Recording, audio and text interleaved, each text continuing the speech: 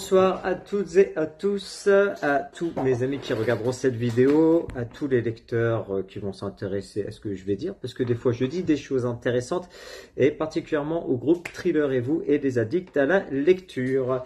Alors aujourd'hui je voulais faire justement un retour de lecture sur un des contes interdits.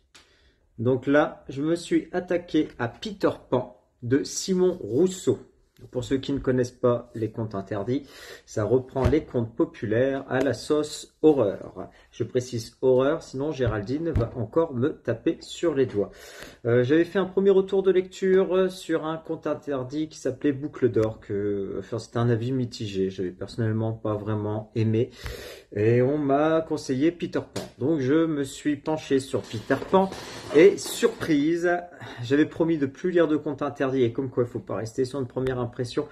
Surprise, j'ai adoré Peter Pan de Simon Rousseau. Alors de quoi ça parle Peter Pan des contes interdits? Donc ça reprend le conte populaire Peter et Wendy, donc à la sauce horreur comme je l'ai dit. Donc ce sera très rapide.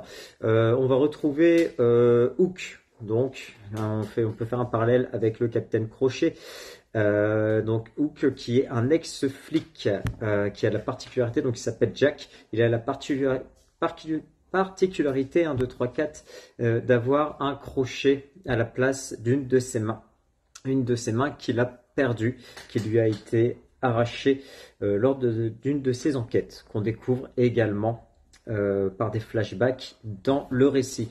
Donc cet ex-flic qui est maintenant, on va dire, il fait du privé, se fait contacter par une ancienne collaboratrice, plutôt ex-compagne, Nina, qui lui demande de rechercher ses 3 enfants disparus, Wendy, Michael et Jean-Philippe. Donc là, ça part sur du polar où Hook va mener son enquête. Sauf que Hook ne fait plus partie des forces de l'ordre et par moments, il a des techniques qu'on pourrait dire pas très catholiques.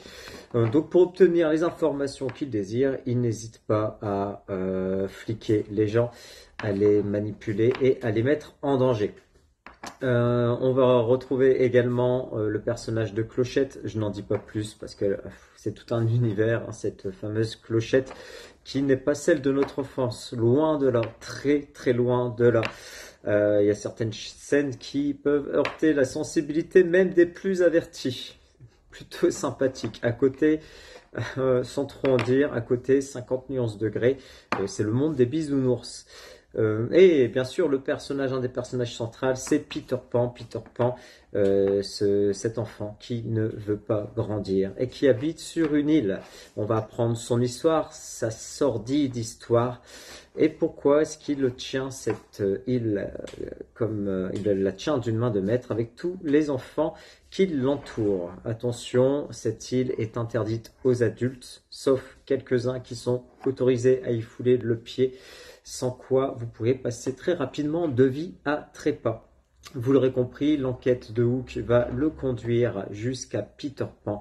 Encore une fois, j'ai été agréablement surpris. Seul regret, ça respecte un format, les contes interdits, donc c'est pas bien long. C'est écrit de manière aérée.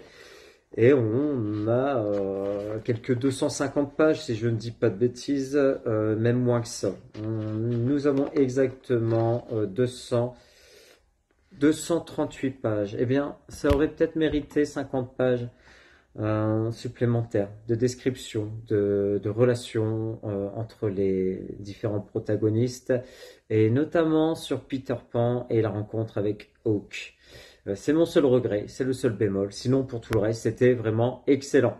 Donc, si vous devez commencer par un conte interdit, eh bien, je pense que ça devrait être celui-ci. Je vous souhaite de très très bonnes fêtes de Noël avec vos proches. Et si on ne se revoit pas d'ici là, également d'excellentes fêtes de fin d'année.